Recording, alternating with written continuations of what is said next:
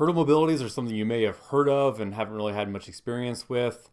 The biggest thing to know with hurdle mobilities is there's something that all your athletes can do. I wouldn't even say all track athletes. I think this is something all athletes would benefit from, regardless of sport, or even non athletes not really training for anything. They're just a great exercise that are maybe underutilized in a lot of circles. So we do them all the time. Depending on your state association rules, you might not actually be able to work with athletes using hurdles in the off season just because they count as track specific equipment.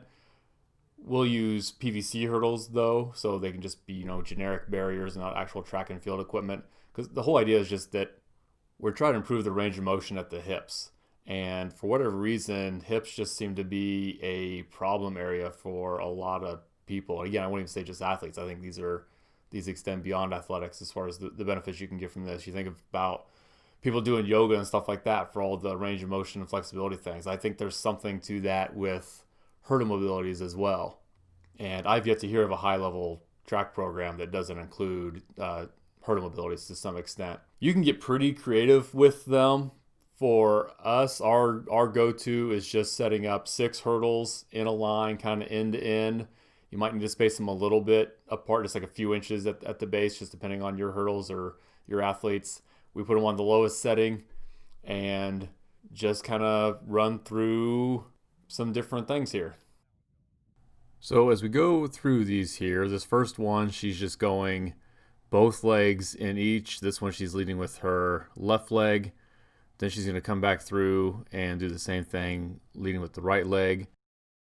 What we're looking for here is a couple of things. One, it's all about range of motion at the hip. So we want to, as much as possible, keep her toes pointed forward and bottoms of the feet facing the ground. 2 forward, 1 back. So you can maybe say she's swinging a little bit too much out to the side. But again, the goal is to move the hips. So if I'm saying I want to keep the feet facing the ground, the bottoms of the feet facing the ground, it's really just because that's going to force a higher angle of the hips. On the side here, we're going to do bent knee. She actually started a little straight leg there, but we're going to go bent knee. Then just go back to the other direction. I would actually suggest, usually you have a line, and you'll have to restart again at the beginning, just so if you hit a hurdle on the side, obviously when you're going backwards, it's not going to give as much. So bent leg, then we go into straight leg. The rhythm isn't going to come naturally. It takes a while to kind of get that little skipping rhythm with it. But again, just try to get each heel over the hurdles, and the rhythm will just kind of develop as they get used to it. Don't let them get discouraged if a teammate's getting the rhythm down and someone's struggling. Sometimes people that are struggling to make it look as clean just get frustrated and want to stop. They can get through it. They can get through it.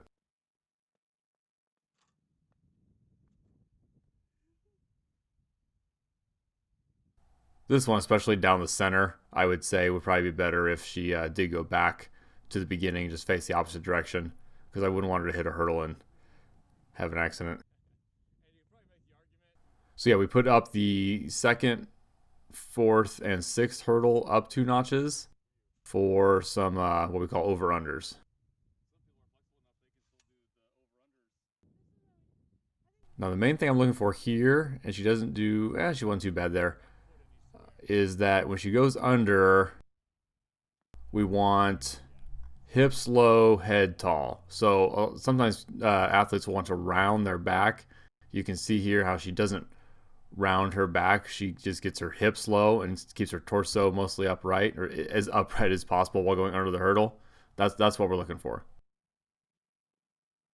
Same thing, leading with the other leg.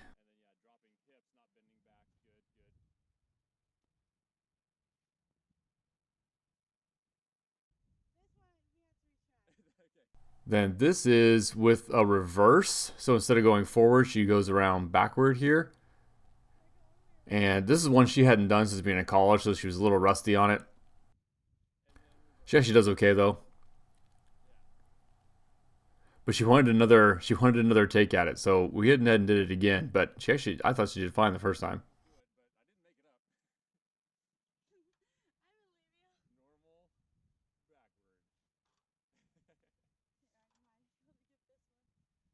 Again, this is relatively arbitrary. It's kind of just fun. My team calls this ninja training.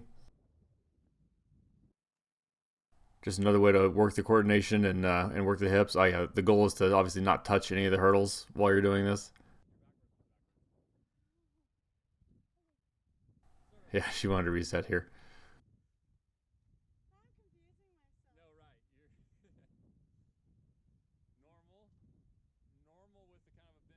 So what you're trying there is to set it up. I think the ease rotation is easier if you set it up with as your foot comes through, bend it a little bit more. And again, this is all just for fun.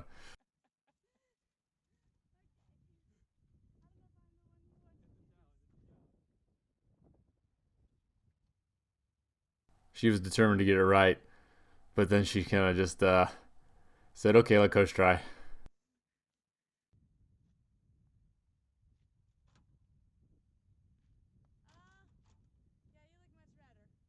Probably not getting my hips quite low enough.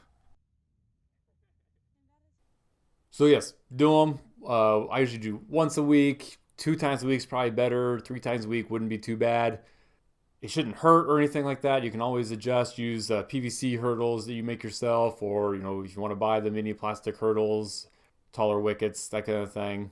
Or we've even done at times. I'll even say it like if I just don't want to mess with getting the hurdles out, I'll just say, okay, imaginary hurdle mobilities, and you just focus on the exact same things. Technically, if you're not supposed to be touching the barrier, why does the barrier even need to be there other than just kind of give you a visual cue? So if you trust your athletes to kind of do it anyway, you can do invisible hurdles and just focus on getting those feet up to get the range of motion at the hips. So be creative, work those hips, and try implementing hurdle mobilities.